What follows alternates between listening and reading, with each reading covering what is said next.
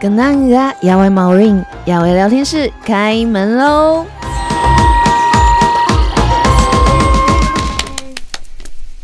！Hello， 欢迎来到亚维聊天室。大家好，我是亚维莫瑞。今天这一集非常期待，很厉害的专辑，全母语，来自阿美族的这位创作歌手，他叫做是Lawis Awang， 哎呦，哎。耶！然后今天一起同行的呢，我们要来欢迎他的制作人之一阿曼。Hello， 你好，我是阿曼。很开心哎！今天这张专辑是在去年的3月31号发行的，然后这张专辑名字叫做《一次又一次》，是吗？对，一次又一次。一次又一次是什么事情？一次又一次，可以来跟我们聊一下。好，我们要跟观众跟听众朋友来介绍一下阿旺，是阿旺吗？还是对阿旺？还是Lawis Awang？ 对，所以阿美族的名字我们通常会称呼是前面的名字还是后面？前面。对，后面的是我妈妈的名字。真的呢。对，跟泰雅族一样。对，泰雅族也是，所以 Lawis 是你的名字，是阿旺是妈妈。对，酷哎。那来介绍一下，你是来自哪里的阿美族？我是来自于台东杜兰部落。台东部落的 Lawis Awang。哇，对。据说你从事这个族语创作音乐的时间非常的长，是学长级的。没有，现在都是其实就是喜欢音乐啦，就是断断续续。我这手电。对呀，你怎么会有那么多手？就是断断续续，在音乐上面有在做就是持续的一个创作这样。对，断续续是因为工作关系。对，那可以方便请问一下你的工作是属于？我是就是在工地上班呢。真的。对，我就跟那个一个叫熊哥的人。熊哥。哇，在工地上班，OK 的。对。现在只要能赚到钱就是好工作。是。对啊，那其实我自己也很斜杠。我自己除了做族语音乐，然后做广播、做 podcast， 我自己也有在那个直播带货吗？直播带货，对，业配也不算业配啦，正在学习当中。对，因为其实我们在做音乐、做创作，尤其是做族语，很难赚到钱。那当你坚持着在做这件梦想的事情的时候，另一方面我们要填饱肚子，是，对，一定要这是比较现实的问题。没错，一定要有一个稳定的工作。像偶尔有时候我会去跟人家分享一些创作的心路历程，我都会跟年轻人说，一定要有稳定的工作，才有那个东西可以去支撑你的梦想。对。再话说回来，据说Lawis在2013年就曾经你有发过一张是合集，是。对，然后曾经入围金曲奖对啊，那个是蛮意外的。怎么说？那张专辑它是在写是一个什么样概念的专辑？它是属于一个母语的一个也是母语专辑，然后也是全母语的专辑，但是它是比较它比较反古调啦，就是以前的古调拿来重新再编曲这样。以前的古调就是每一首歌都是古调，对，就是重新再拿来编曲这样子。重新再拿来编曲这样子。然后据说那一届的入围者都是女性，有一个那个被三娘教子的局面就是里面有我们泰雅族的伊拜维吉老师，是，然后还有阿美族的伊利高路，对，伊利高路老师，然后还有一位突然间忘记少尼瑶，对，就 BD， 哇，很厉害耶。对啊，那时候我是因为我其实那个时候我算新的人了，新的人，因为我是玩乐团的，其实我不会这种什么做专辑什么的，我是就纯乐团的那个时候，是刚好那个 Brainy 他们找我一起做这个合集这样子。哇，所以你一开始在玩乐团的时候就是在做族语吗？对，就是没有从国语开始，然后就慢慢去翻，去练习，自己去翻。真的，对。所以小时候在都兰的时候，有经常在使用族语吗？应该是这样讲，因为我妈是太原的人，我爸爸是都兰部落的人，是所以我的以前爸爸是跑船，所以我们就没有跟着爸爸，是跟着妈妈在太原部落。爸爸在跑船，你要怎么跟啊？对，那是不可能跟着他一起去跑船吗？对啊，对，就是因为那是因为我们以前都是远洋嘛，对，阿美族都是远洋渔业的，对啊，靠海，就是跟着妈妈在太原部落，然后去学习这个文字、语言这样子。所以小时候就是都有接触到母语啦，对，然后做乐团、玩乐团之后，我们可能也是会从copy 的歌曲开始嘛，对，可能英文歌曲啊，然后创作的话用最熟悉的华语，我乱猜的，对，如果不是你要说错，不是，因为我记得我不太会唱英文歌，对，所以我都会以阿美族的歌为主。不可能是闽南语吧？没有，我是唱客家的。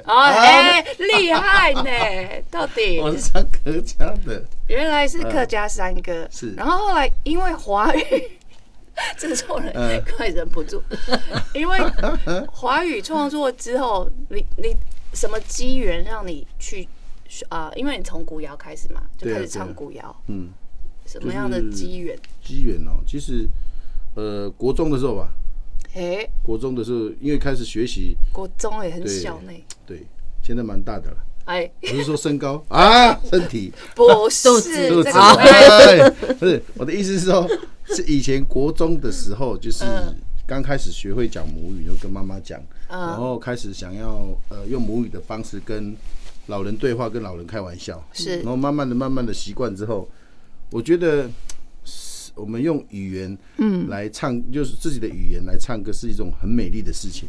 没错，对自己的族语，对。可是古谣那时候，你应该是要跟老人家一首一首学吧？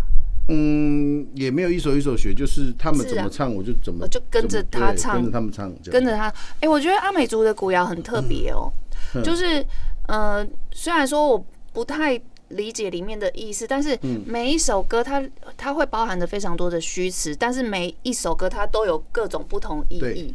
对，比如说什么喝酒歌，然后还有什么饮酒欢乐歌，对，还有迎宾歌，还有收到歌，反正就是我们唱歌的唱歌的同时，譬如说它只是个虚词，对，但是它代表了很多的意义。没错，而且更不可思议的一件事情就是，我想问一题，就是比如说饮酒欢乐歌，对，它是有固定的一个旋律，或者是整个曲调的组成嘛？它是有固定的嘛？基本上它是在每个部落的唱法都不一样所以我觉得很酷、很不可思议的事情就是说，它虽然是虚词然后在丰年祭的时候大家聚在一起唱，有人领唱，有人副唱，然后大家都会唱对，怎么这么厉害？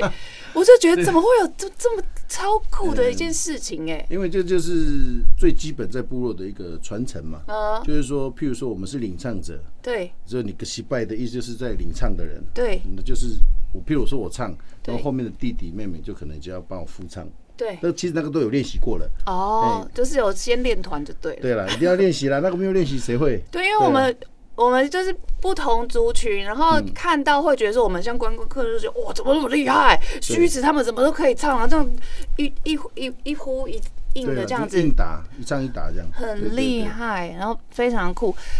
今天这一张专辑我们要来跟大家分享的，它叫做《一次又一次》。对，但我乍听起来感觉上它很像古谣，但它的编曲很特别，就是对。我们请到来阿曼制作人来说一说这张专辑它的概念跟它的曲风好了。这张专辑其实是由4个不同的制作人一起做的，对，有3位的电子音乐制作人，然后包含因为我做专辑制作这样子。对，那刚开始其实有在讨论说，因为毕竟是做乐团嘛，对，然后也是对啊，也之前也听过说是以古谣为出发来去发过个人的专辑，所以我们也在思考说，我们到底要怎么样把他的声音保留下来？因为其实实在话是，我觉得被就是嘎嘎感动的部分很大，就是在你开口，他开口唱的时候，你听到的声音是你会感觉到有画面的。对，那个画面是有山有海，即便你可能没去过，是，但你也会感受到那个，就是你会觉得心里哪个部分被触动了，这样子。触动一下，不是心动的感觉，不是，是一种那种被触动的感觉，那种就是有土地，有风，有自然，有一些你会觉得你想要多了解的故事在里面。对，但如果一般如果做电子做电子音乐的话，可能大家会觉得说会不会变调了？哦，对，你说主语音乐，然后用电音去做的话，对，就是可能没有习惯听电子音乐的人，可能会误解，会觉得说是不是它已经变得不是原来的主语的样貌？比如说，可能同样是一句话，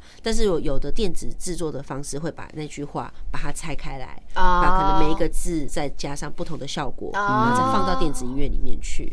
对，但是会让人听不懂整句的意思。整句的意思。哇，这里讲到就是语言呐，语言文化的部分，真的。所以你们在语言的部分也是蛮坚持要让大家可以听得懂我到底在唱什么。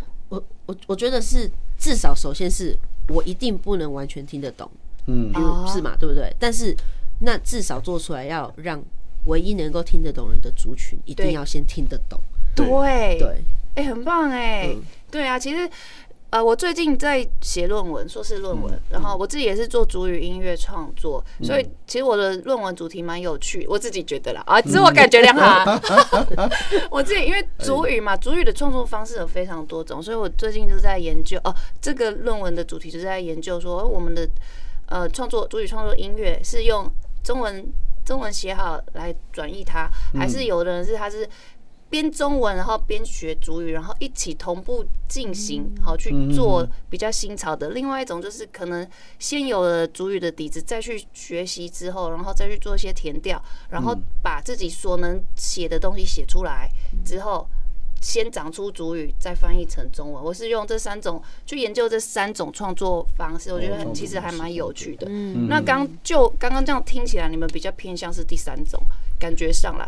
因为从小到大在这个环境长大，对，然后又想要把这个歌曲里面的故事让族人他是可以听得懂，没错，对，然后感觉上，比较像是我们用音乐来服务我们的文化，来服务我们的族语，而不是说我们把这个音乐艺术摆在最前面，但基本我们想要表达的事情，它被切割掉。对，不想要被失焦了。对呀，很酷。那为什么专辑名称会是一次又一次？一次又一次？因为讲一次又一次的原因就是我们在做这件事情呢，其实它就好像是电子音乐。因为电子音乐它是一直在循环的嘛，对，它就是一次又一次，一次又一次的一直循环。那我们在主语上面的创作，跟我们想要做的这件事情，希望就是可以，不是只有做这些，它是一直在一次又一次的被重复，一次又一次的被重复，就好像是以前我工作的时候嘛，就我工作是开大货车的，以前啊，对，就是来来回回啦，就是我在做这件事情的时候，就好像是我在开大货车的那个样子是一样的，就是一直不断的重复做这样的事情。对，其实我可以简短一下讲，就是说，一开始其实我们在写歌的时候，我们最刚开始写的其实是专辑里面的最后一首歌。那最后一首歌叫做在写什么？它叫米努盖，就是回家的意思。回家。对，那因为我想族人们可能都会比较有感受的部分，就是当你离开家到了不同的地方，然后那个地方其实也是家的时候，那个来来回回在不同的地方反复的去不断的找到认同，或是去验证说我是从哪里来的这个过程，然后也因为这样子，所以我们在发想说，那我们有没有不要说我们直接讲，因为专辑如果直接叫回家，也是可能会500张一样的吧，都叫回家这样子，对，比较有想象空间啦。我们一次又一次的找寻自己，一次又一次的回家。你要回哪一个家？回你山上的家，你原生的家，或者是你来到都市，重新又创造的一个新的家庭。我大概可以理解。所以从《回家》这一首歌，它是这张专辑第一首诞生的歌曲嘛？其实是第一首蛮明确的歌曲。那时候刚做。那为什么劳威斯会想要写这首歌？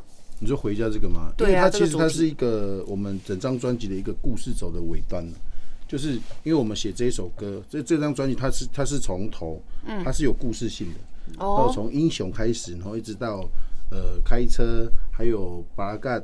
还有土地，还有一些我们那个 debut 就是看护的意思。看护哦，对，就是照顾、看顾。对，不是照护工啊。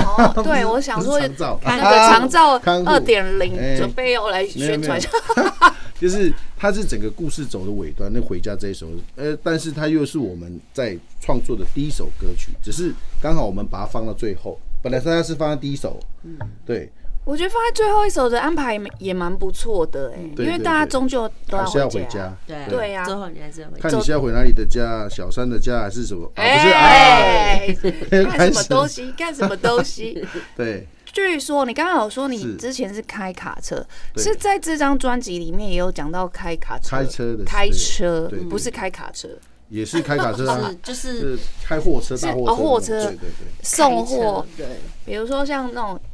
新竹货运那一种，算是啊，比那个大一点，对，比那个大卡车，大卡车，就是在路上你一定看到是学长，就是那种最大的那种车，是连接车，还没到连接车，类似有可能到17吨之类的。17吨，那里面是载什么样的货？就是在那时候我在做，就是在那个铁管，然后还是在水管，那种南亚的水管，然后再去高雄码头那边。去下货，一天就是只载一趟吗？还是要载很多趟？没有，一天去一趟，回来的时候再载货回来公司这样子，或是再去别的地方，公司小姐会打给你。所以你变成是你会开车跑就跑，他叫你去哪里你就去哪里。那也蛮不错的啊，就是如果每天去的地方是不同的话，就可以看不同的风景。对，我就是这个意思。对啊，所以我开车很开心啊，虽然很累了。对，就是你可以去很多，像我去南部，我没有去过的地方，就是我开那个大车。就是走在那个小巷里面，就这边是哪里？我就看就很好奇啊。那开着超级大17吨的车这样子，然后对，它有17吨，还有那个8吨的这样，就是有时候会有这样交换开。那你有没有曾经因为开车的时候，因为车很大台，对，然后你应该路很熟吧？还是你会用 Google？ 一定要 Google 啊。我们去南部根本就不晓得。可你不觉得 Google 有时候它会带你走一些很奇怪的小路吗？有一次我就这样子啊。对啊。我要去那个工地，然后他把我绕去那个山上的那个露营区，然后我不知道怎么下，我也不能倒退，车太大台，也不能倒退八股这样下来，我就顺着那个路一直下，越来越小，后来变成是稻田，我就直接把那个车开到稻田上面。哇塞，没有路了，直接，那你车子怎么没有？它是双轮的，还有没有陷下去？它水沟也下不去，轮胎太大了，很可怕。在稻田是很恐怖。我会问你这个问题，是因为我自己亲眼有看过大货车，就是我住基隆嘛，基隆很多小巷道，就大货车它可能也是因为要送货，然后它就误闯到我们社区的巷道，结果小巷道我们那种旧公寓，它都有那屋檐挡雨的。一开过去，整排跳下，真的会这样子。对，然后那很倒霉啊，因为他赔进退两对，进退，路况不熟悉啊，他就只能硬着头皮给他开出去，有没有整台？天，对，很辛苦。对，所以有时候还是不能太依靠那个 Google 导航，自己还是要判断那条路有点小，先不要进去。是。对啊，那现在在做音乐，做到。去年发行这个是第一张个人的专辑。那专辑发行完之后，你的感觉是什么？我的感觉，我觉得就好像就是自己上了一堂课，自己给自己上了一堂课。怎么说？就是在主语这一块，就是学习的东西又更多了。哎呦，因为你在写歌的时候，你会去想嘛，你要怎么去写？因为你要写得出来是可以，因为我不是老师啊。我们也都不是老师，就是想说用我自己最简单的方式去翻译这个词的时候，去讲这个话的时候，我要怎么把它表现在我唱歌的这一块？对，所以就会想很久，而且你要跟音乐搭配的时候，我很容易就是听到音乐，我就知道要唱什么，就是我不晓得我现在会有这样的一个状况。真的好天生的音乐创作人哦，就浑然天成，听到音乐就可以创作，就是想到大概要唱什么了这样。讲到这一题，我想问一下，就是通常你是故事先写出来才有音乐的人，还是说你是这样？我们是本来是因为我们在做这个电子音乐的时候，我们是在想我们应该要怎么去发挥我们自己的应该有的部分，比如说我是写歌，然后创作，然后就是翻译，然后我们就是要有一个想法嘛。可是那个时候都没有头绪，不知道怎么办。然后我就想说，阿曼是讲说，那不然这样好了，他用一个故事轴，对，故事轴，对，就开始画出来。故事轴，就可以请阿曼讲一下。对呀，好酷哦！因为我想，因为语言可以说的故事有很多。对，那我觉得嘎嘎在唱歌的时候是需要画面的人。是，他不是老为什么他的小名叫嘎嘎吗？没有，哥哥。哦，哥哥，哥哥，对，阿密斯阿美族语的哥哥叫嘎嘎。对，长辈，好可爱，男生的长辈这样子，就是哥哥一辈的，就很像韩国的欧巴那样。对，欧巴，欧巴，对，嘎嘎就是欧巴的意思。对，懂了，大家有学起来吗？对，是嘎嘎哦。好，对不起，打断你，请继续。不会，所以就是听到嘎嘎在说他在唱歌的时候，我们也是有先感觉到画面嘛。那的确，我就觉得那应该我们就先从画面开始。然后因为我们那时候有一个目标是，我想说，我们先不管故事什么样，但我们希望我们做出一张是你在开车的时候你可以听的歌。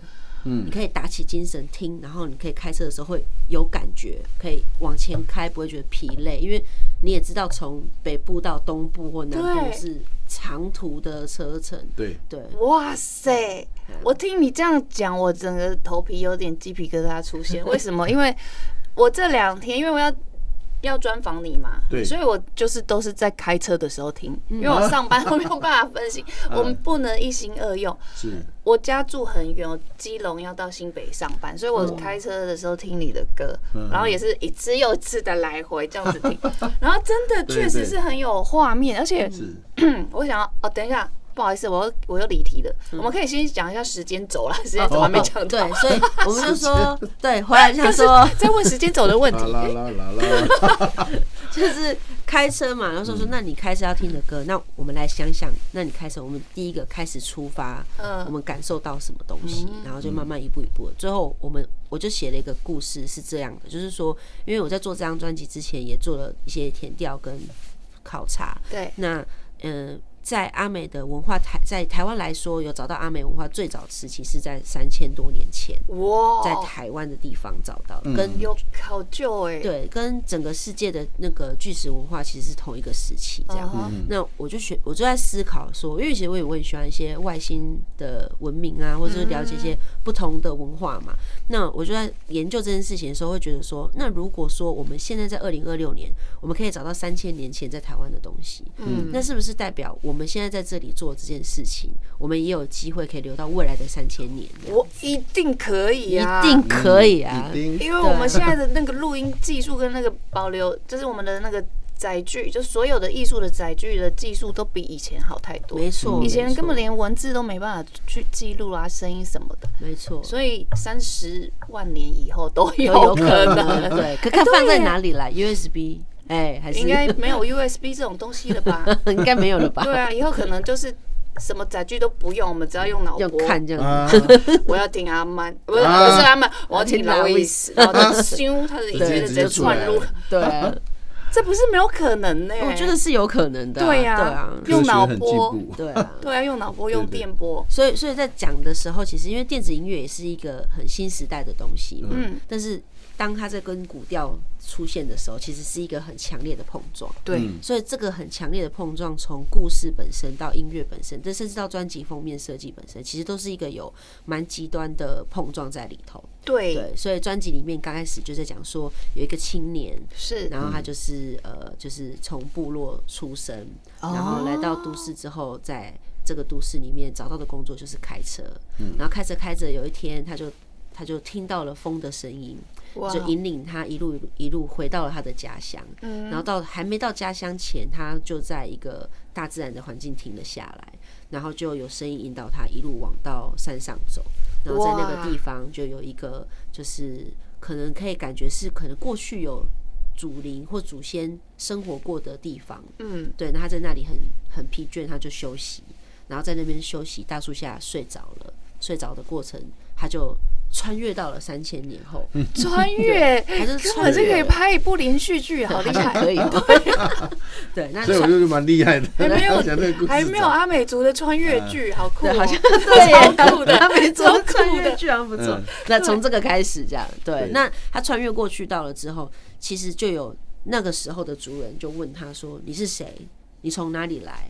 对，那他们对话了之后，发现即便不知道他是谁，但是他说出了那个话，他说出了那个语言，他就知道是自己家的人，那他就带着他到了未来这个3000年后的一个一样是一个像部落丰年祭典的环境这样子，然后他就跟着他，就是这个男主角就跟着这个未来遇到的人，就跟着他进入到那个地方去，然后在那个地方，他就当然就欣赏了那个地方这个接下来流传的音乐或是文化，对，然后其中有一段就是在讲巴干努爱，就是在讲少年阶层。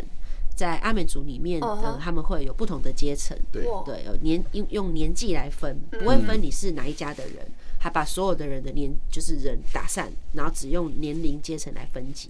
比如说这个阶层是10岁到13岁，对，然后下一个阶层就是16岁到19岁，对。所以像譬如说都兰的嘎布的分法就是很明确，就是这样。对，比如说像嘎嘎的阶层可能就是一个年龄阶层，5年一制这样。哇，对，很酷。那分这个阶层的用意呢？是要它就是就是譬如说，它有分工作啦，有的就是年轻人的部分有护卫的，OK，有的部分是在就是你爱就是在看，就是窥视的人、窥探的人，就是依照不同的阶层、不同的年龄层，然后去分配给他们该学习的或者是任务，哇。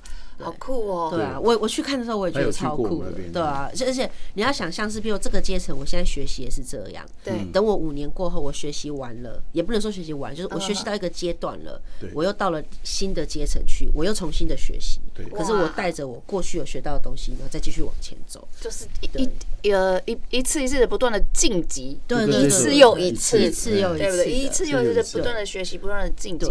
哇，真的很酷哎！真的要制作人来去讲这个专辑的概念，我们才有办法去理解说，哇，原来这一张专辑一次又一次，它讲的它是有一个时间轴的故事，带着我们传统的概念，从现代的你脚踏了这个都市的社会，不小心又走回到了不是过去，是未来到的未来。对，我觉得很棒，它是从有的一个东西走到我们开始想象、幻想的世界，但是它却又可以跟音乐、跟你的文化传统结合在一起。对啊，我觉得哇，这种想法真的是很棒。那在这里面，其实我有听到拉维斯的声音，是跟电音，就确实是像阿曼讲的，他的声音很传统。对，然后很有灵魂，我会听到是一个，对啊，很有一个怎么讲，耆老灵魂的嗓音，但是声音不是老，你的声音不是老，但是你有那样子的味道出现，再加上电音，就是可能是有点 EDM 的碰撞，然后就会觉得说，它好特别，然后觉得说这个音乐我会联想到，桑布伊，然后会联想到。宿命，你自己感觉自己的音乐跟他们有什么比较不同的地方？其实我以前在驻唱的时候，在唱歌的时候，在原住民产业唱歌的时候，也会唱到一些原住民的歌曲。对，那当然有的人会觉得，奇怪，那声音怎么好像是刚刚你讲的，对，少不一样。对，可是又不太像，又不太对。然后同一个山脉嘛，有那个感觉，但你的声音它是属于真的是比较。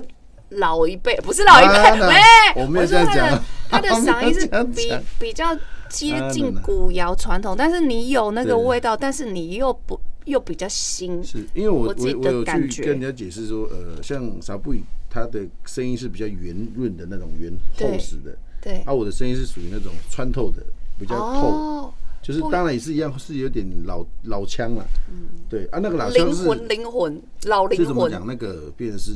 一个很自然的唱歌的方式，对我们在部落里面其实也有几个年轻人在练习唱歌的时候，他也是会有这种一个样子，只是说那个声线的部分会可能是大家都不同，对啊，每个人有自己的个人的辨识度啦，只是说你自己感觉说你自己做出来这一张专辑，好，因为他们前面都已经有做过了嘛，比如说像署命有做过类似电音类的阿美族语的，然后桑布伊老师他做的也是比较属于他自己个人也是比较特别的音乐。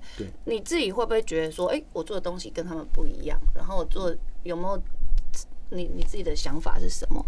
我自己的想法其实就比较简单啦，就是说其实。虽然说我们做的音乐大概大家都有做过，对，电子音乐、电子舞曲还是什么你看是那 acoustic 的也好，反正就是像署名他那样也是可以啊。只是说我们做的其实我们做的都同一件事情，就是传承语言上面的那一件事情，我觉得那才是最重要的。音乐的变化其实很多端呐，对，所以我自己在想说，我做完这张专辑是最主要就是可以用不一样的方式，让年轻的人去学习这样的音乐跟文字，这样去学习。对，那用这样子的很新的音乐，然后经过碰撞的音乐，让年轻人去吸引他们，有没有把握可以超越2位前辈？超越不敢说了，先同台吧。可以啦，可以啦，我们要对自己要有信心，好不好？对自己要有信心。然后讲到这件事情，你们这一次这一张专辑有出实体，然后专辑封面的设计很特别。我想要问的是，专辑封面它是石头跟这个霓虹灯吗？它是属于霓虹灯吗？它是霓虹灯，没有错。石头跟霓虹灯这样的一个概念是要表达的是灯红酒绿啊！灯红酒绿。其实我觉得，因为你也认识嘎嘎嘛，那所以嘎嘎早期本来的名字是拉威斯拉外，那也因为在创作这张专辑的过程当中，我们也一步一步的跟着嘎嘎，就是理解到家里的一些故事，对，然后也因为这样子，所以就跟着回到都兰爸爸的姓，然后到了都兰去嘛，那所以才改成为阿旺。那都兰，哎，没关系，讲话我的舌头，就是都兰的古语叫做阿都兰的意思就是指石头堆叠的地方。都兰是石头堆叠的地方，就是因为阿美族话里面就是阿杜尔，可是你不能讲错哦。讲错就会变成是另外一个意思，对，不太好，就是不是不太好听，是属于健康教育的一块，对，就是 OK， 它叫都兰，用这样都兰，因为花莲那边是有一个叫阿都兰，就不一样的，所以以前阿美族叫都兰的意思，多的意思就是在石头堆叠的意思，这样。因为我们在海边嘛，对，海边有很多石头啊。以前都兰部落就是用石头堆砌起来的。对，以前的都兰房子吗？是那个部落。那个部落。对，他们所有的东西都是用石头堆砌起来的，所以那个叫都兰。都兰，对，很酷。所以因为这个地名的关系，然后也是因为很特殊的是，我们也因为这样这个过程，看着嘎嘎回到部落去，然后所以我会觉得说，用他的一个。就是现在认定为在他的部落的地方出发，石头，对，就是石头堆叠的地方，然后把它放在这个专辑的寓意里面。那为什么会用霓虹灯？是因为霓虹灯代表的其实是一个就是它是一个就是应该这样讲大来来槟榔摊不是没有啦，不是都兰槟榔摊不是吧？这个是怎么样讲？这个考研有点深。总而言之就是在过去日本有一个漫画家，他写了一本书，书里面他就提到 cyberpunk 这件事情。那 cyberpunk 意思是指说，在未来的地球，它会是一个工业跟生物科技跟大自然，可能没有大自然了，可是跟一些就是工业东西结合的环境。然后那个时候的色彩跟美学，其实很大的元素就是在霓虹灯这件事情上。对，因为霓虹灯它是不需要钨丝的。霓虹灯是用惰性气体跟电结合在一起就会发光的东西。现在上的这个是什么化学、理化还是理化课之类的？哇塞，好有意义、好有学问的一集节目哦。对，然后所以我就想说，那如果是一个代表未来性的东西，然后跟一个代表就是土地原来就有的东西的结合。那我觉得就是用这样的方式去做。那其实你在里面看那个石头，就是很多东西是这样嘛，就真真假假，假假真真嘛。那像电子音乐也是嘛，它有可能是电子配器的东西，但是我们的专辑里面的打击是用真的哦。然后这张专辑封面呢，其实石头才是假的，那个霓虹灯是真的哦，霓虹灯是真的，对，它是真的霓虹灯，就是一位他是专门在做霓虹玻璃艺术的艺术家做的作品。然后他把它拍摄下来吗？还是我们就是另外把作品做拍摄，然后再让就是设计师去把这个概念做回融合，这样子很酷哎！我以为都是假的啦，对，就是大家会就是这个错觉，石头看得出来是假的，对。但是霓虹灯，没想到它居然是真的，它是真的霓虹灯，它是实体的霓虹灯，它是真的玻璃的实体的霓虹灯。哇，我的老天！然后颜色也是这样子，颜色就是长这样，非常厉害。可是，在这一张专辑的实体专辑里面，整张完全没有看到你的人。为什么？太帅了 ！Why？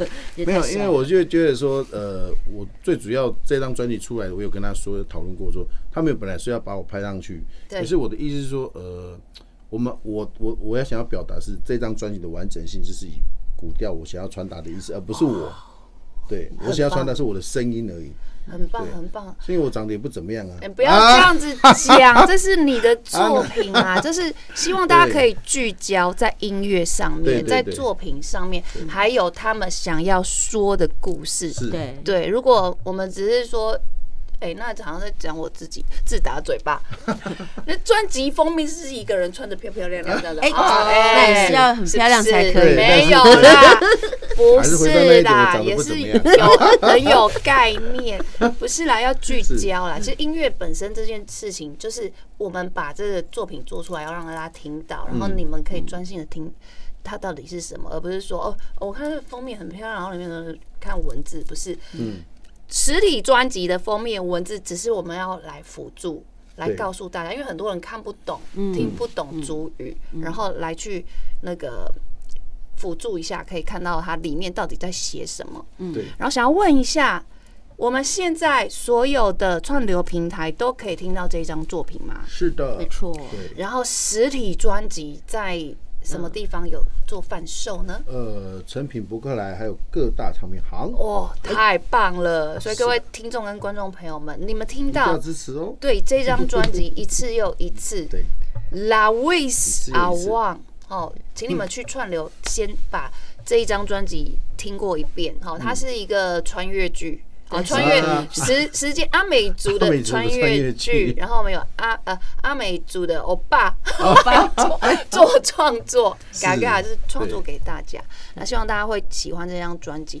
在最后，我想要问一下，这里面第3首歌是我最喜欢的，请问第3首歌，是那个情歌它不是情歌巴拉干开车吗？原来是开车对，开车，就是开车。你知道吗？这一整张专辑，我听完之后，我就会一直去按第3首，一直 repeat 去听。我觉得我也不知道他在唱什么，然后原谅我的有老花眼，我没有办法看你的歌词，因为我也没收到这一张啦。对，我就觉得它很好听，所以它是开车，是开车，开车的时候写的。对，就应该是说我把开车的那个情绪写上去。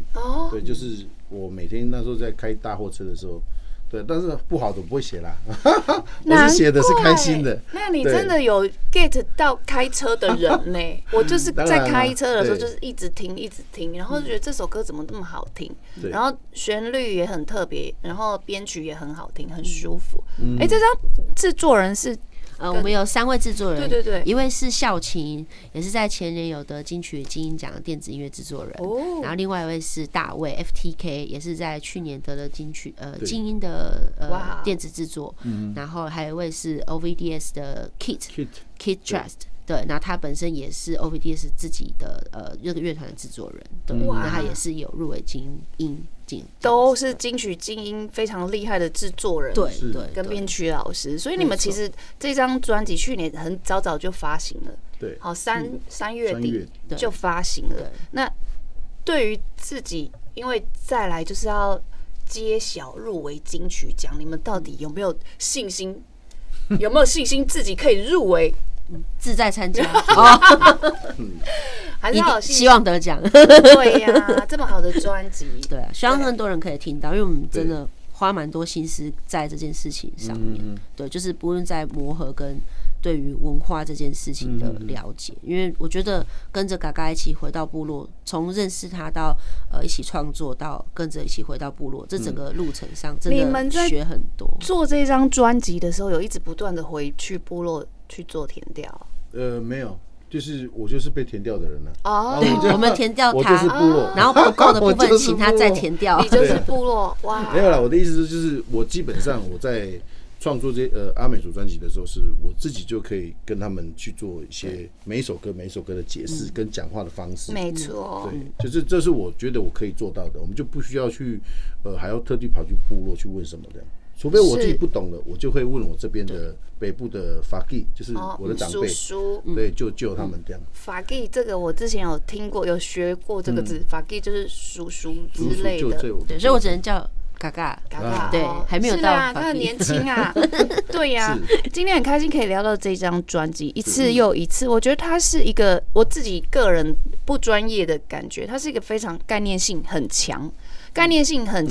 然后有讲到文化的事情，而不是说我只是在写我突然间当下的什么感觉，或者是某一首想要写的情歌，又或者是说我只是唱了，不能讲我只是，又或者是我唱了古调，然后来做改编，而是它是一个全新的创作，概念性非常强。那我自己在这边听过了一次又一次之后。大力推荐啊！希望各位观众跟听众朋友们一定要去听这张专辑。那当然，在节目的最后，我会放我最喜欢的那一首歌。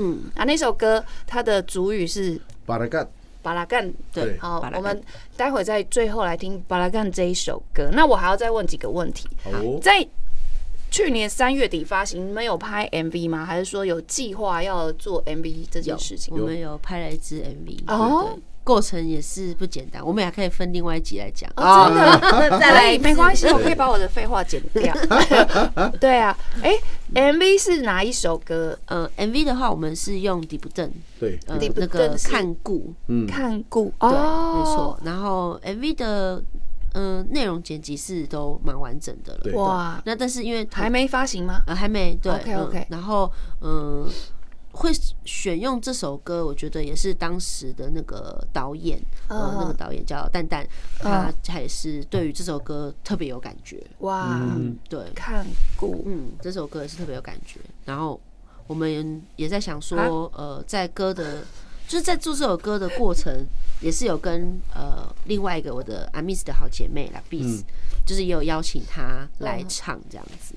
对，然后我觉得这个歌，我觉得很棒，前面也就是那个考研的部分啊，就是因为这个有谈论到画面吗？画面的部分，其实因为毕竟我觉得，好，我觉得主要是因为我自己是汉人，所以在做这件事情的时候，尤其我们在做影像跟音乐的时候，其实我们都是一群汉人的团队在，就是学习怎么样做这件事情。对，所以我们自己，我当时候做的时候，我其实就有提到说，我觉得我们不用要到。比如说穿着族服出现，是我们不要把这个色彩放进来，因为那个色彩真正的力量是来自于听到歌的时候，你听到歌，你去了解这个歌在讲什么，它的字是什么东西，这样子。对，所以我觉得那个时候我们的 MV 最后也是采用的部分是没有用族服的方式呈现，但是我们的就是出现在画面的人其实都是族人这样子。哇，对，我觉得概念很好因为其实这个族语文化族群文化，当我们写这些歌的时候，不见得你真的一定要用什么图腾或者是族服来去表现它，而是很诚实的因为我们做的是音乐，从歌声从我们写的东西。那讲到这里，我们是不是请拉维斯可以来清唱一段专辑里面的歌？清唱一段专辑里面的歌，这个可以。你的那个 gain 如果很大你会听到5座山真的，那我炸裂的声音。一样就是用那个我们，因为我里面有唱一首，就是在回家的那一首歌，那后面有一首歌就是大家耳熟能详的古调。对，我相信每一组都会唱啊，只是我用这一首歌来代表，就是我想回家的情绪。好的。海岸，海岸，海岸，嘿呀哦海岸，好hen嘿岸，好hen嘿岸，好岸。哇，好感动哦！真的随时随地就是自然说来就来就可以唱。是，对啊，这个就是真正的实力。不知道大家听完看完这一集节目之后，内心有没有像我一样非常的感动呢？我们今天真的很开心，邀请到劳卫士阿旺，还有我们的阿曼，谢谢大家，耶！谢谢。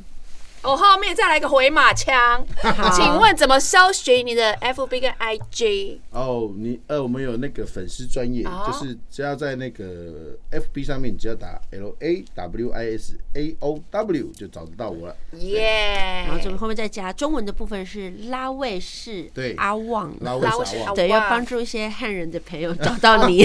我是卫是卫兵的卫，然后士兵的士。好，卫兵、士兵、拉卫士阿旺。对耶，一定旺，好像蛮不错啊，很冷哦。我说还不错啊，跟我们专辑名称一样，就是拉回去，对，旺哦，好，一次又一次的听，耶，谢谢大家，谢谢。到底是要不要结束？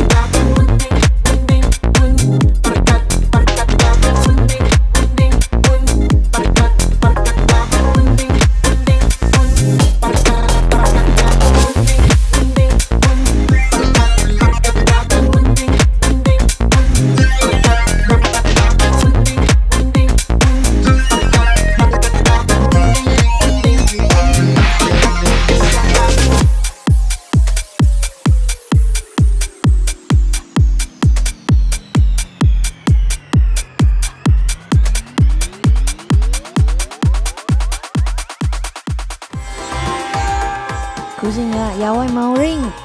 Kita tavaval niya lagi. Mas kaya dalam.